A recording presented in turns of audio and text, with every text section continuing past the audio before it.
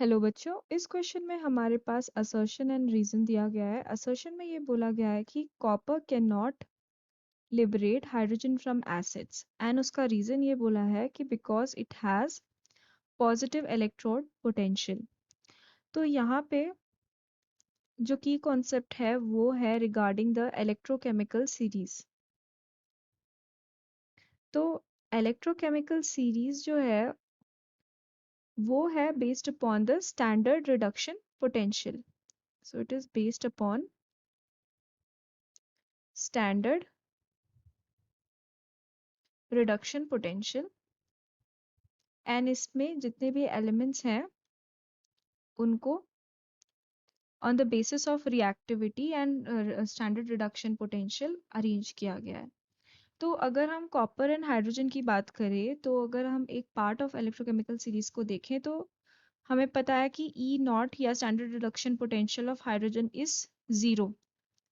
ठीक है, और हाइड्रोजन और कॉपर दोनों को देखें तो hydrogen is more reactive as compared to antimony, which is more reactive as compared to bismuth, which is more reactive as compared to copper। तो आप देख सकते हैं कि hydrogen is more reactive as compared to copper in general. Hydrogen पहले आ रहा है, ठीक है, एंड मैंने जैसा कि कहा कि उसका जो स्टैंडर्ड रिडक्शन पोटेंशियल है वो 0 है। तो हाइड्रोजन के पीछे जितने भी एलिमेंट्स आते हैं उनका स्टैंडर्ड रिडक्शन पोटेंशियल जो होता है वो पॉजिटिव में होता है। And we know that from top to bottom या हाइड्रोजन से पीछे जितने भी एलिमेंट्स आते हैं वो एक्ट करते हैं as a good oxidising agent,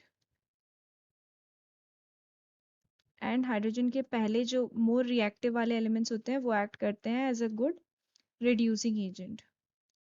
ठीक है, बट मेन थिंग क्या है इसमें, मेन चीज ये है कि सिंस यहाँ पे आप देख सकते हैं कि जो हाइड्रोजन है वो मोर रिएक्टिव है एज कम्पेयर टू कॉपर। तो कॉपर जो है वो हाइड्रोजन को उसके एसिड से नहीं लिबरेट कर सकता या नहीं रिप्लेस कर सकता। ठीक है, हाइड्रोजन के एसिड सच एज HCl हो गया या H2SO4 हो गया, तो जब भी कॉपर इन लोगों के साथ रिएक्ट करता है तो वो हाइड्रोजन को नहीं रिप्लेस कर सकता बिकॉज कॉपर जो है वो हाइड्रोजन से कम रिएक्टिव है।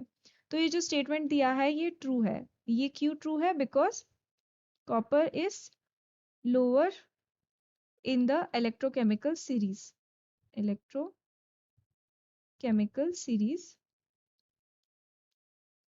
ठीक है, as compared to hydrogen। तो नेक्स्ट हम क्या देखेंगे, इसका reason.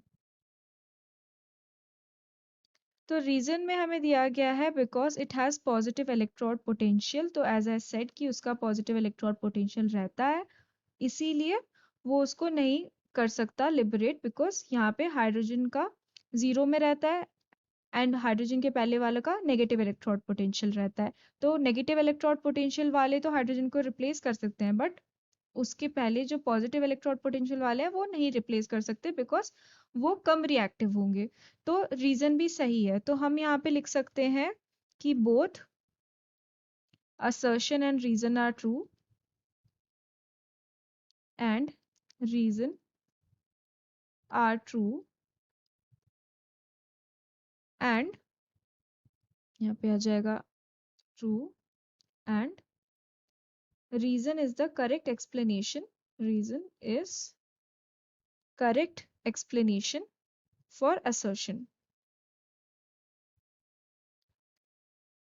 So I hope you have understood the explanation. Thank you.